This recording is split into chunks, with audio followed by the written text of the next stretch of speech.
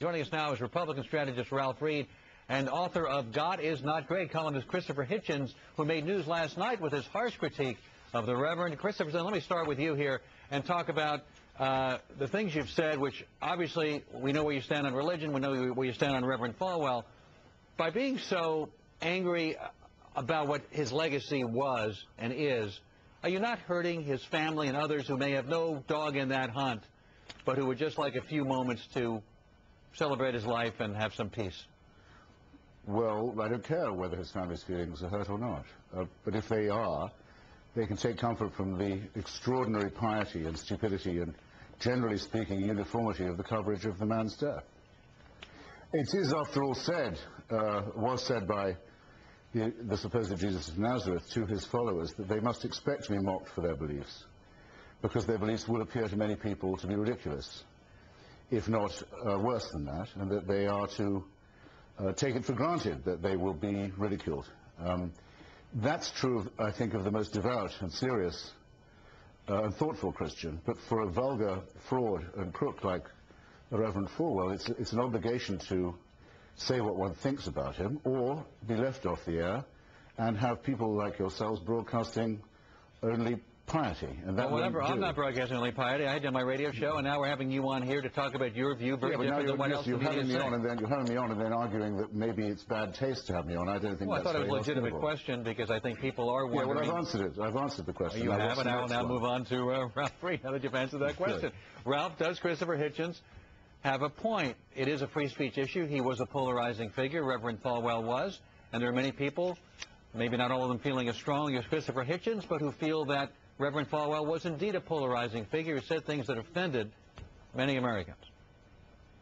Well, you know, look, any time, Alan, that you are an agent of change the way Dr. Falwell was, who had the kind of impact that he had on American religion, on our culture, and on our politics, he was one of the most important historical figures of the last 50 years in each of those areas, ending the self-imposed exile of evangelicals from civic and cultural engagement, and I think transforming them into one of the most important and vibrant and energetic constituencies in the entire electorate. No one does that, liberal or conservative, Republican, Democrat, of any faith. Well, and not stir controversy. But it's just my belief as an American, not as a conservative, not as somebody of any particular denominational background or faith, but just as an American, in terms of elevating the civility of our discourse, that when somebody dies, that we ought to show a measure of respect and appreciation for their family and for their loved ones and for those who are grieving right now, and our thoughts and prayers ought to be with them, regardless of whether we agree with Dr. Falwell. Christopher Hitchens. Oh, come on. Play the world's smallest violin. Listen, he established a business, a racket, in my opinion.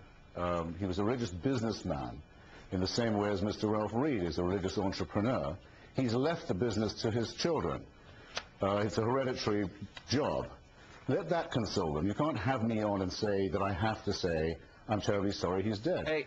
One reason you can't ask me to do it is because I am not. I think we have been rid of an extremely dangerous demagogue who lived by hatred of others and prejudice, and who committed treason by saying that the United States deserved the attack upon it and its civil society in September 2001 by other religious nutcases like himself. He profoundly and repeatedly apologized, and I'm sure you're perfect in your life. I'm sure you're perfect in your life, and that you've never made any mistakes. I've never committed treason like that. I don't believe in the sincerity of his apology. Let's look at the thoughtlessness and the mean-spiritedness of your very remarks that you've made about Reverend Falwell. By all means. You think it's a pity that there isn't a hell for him to go to, you said. Yes, I do. On his death, you write, the discovery of the carcass of Reverend Falwell on the floor of his obscure office is, almost zero significance, except for perhaps two categories of people, etc.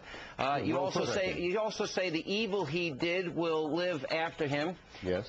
I knew Reverend Falwell, Christopher. I know the good work that this man has done. Tell me about it. Well, for takes a lot to make me cry. I know you think you're the smartest guy in the room, but you sound like a jackass when you attack his family like this.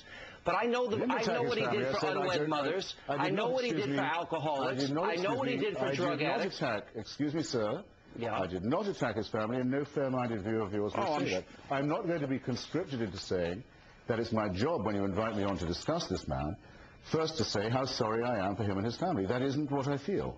You, no doubt, as a Christian, or whatever you are, require hypocrisy of people. I'm sorry you're asking I'm not the wrong asking person. no, but I am asking for human decency, and if you don't think it has an impact on his family, to use even the phrases tonight, that he's vulgar, fraud, and a crook, and then to say that the discovery of his carcass, I think you are incredibly mean, incredibly selfish, and incredibly thoughtless. You invited me, sir, to give my opinion of the departed. I give it to you, and you say, well, that might not upset his family. I said it while he was alive. You give his opinion might that not upset his family, too? You give the opinion about him, and I'm giving the opinion about you and the thoughtlessness of your remarks here. And I'm really calling for any human decency that you may have in your pseudo-intellectually superior mind of yours. More of the debate on this coming up in a moment, and later. We continue now. Republican strategist Ralph Reed and columnist and author Christopher Hitchens. You know, Christopher, I interviewed you a little bit about your book just a short time ago. And it made me think a lot. Jerry Falwell, because I do know him, he does a lot for people that are in trouble.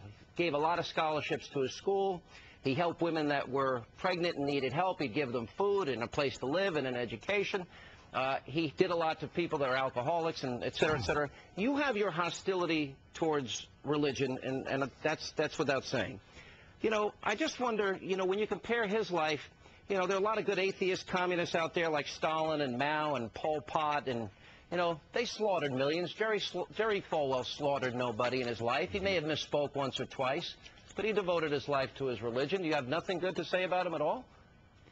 No, I repeat, Jerry Falwell lived on hatred and superstition and bigotry. He preached dislike of people whose lives he knew nothing about. He raised money from credulous fools. You don't know anything about his life. Now, excuse me, sir. You can either ask me on and ask my opinion, or you may not. But I don't have to be here if you're going to take that attitude. Well, you could leave. You spent the first half by saying I had no right to the opinion you'd asked me on to express. Now you're tiring me out. I repeat, though. No, what I said is your opinion was thoughtless. What you wrote was crude and mean and hateful. That's what I said. You took up all the time for my answer with your long, rather unlettered question. Oh, okay. Jerry Falwell made a career out of sponsoring dislike and superstition, said that people he didn't like were going to hell, said the United States deserved to be attacked by Islamic fascists, said he believed that people would be raptured into heaven, leaving all the rest of us to wallow behind. I think his death is a deliverance. And if you say that someone who occasionally makes a charitable donation is a good person, then you have to say that Hamas and Hezbollah, who do all this charitable giving, how dare he practice religion in a country that celebrates it, Ralph Reed? Sean, you know, look, and why not a word now from the friend of Jack Abramoff? We only have a moment here, Ralph. Here's an important question about. Let me get Ralph in here. Here's an important question about Jerry Falwell. That's all it means now. Ralph, let's hear from the Abramoff faction. We only have a moment left. Ralph has to speak too.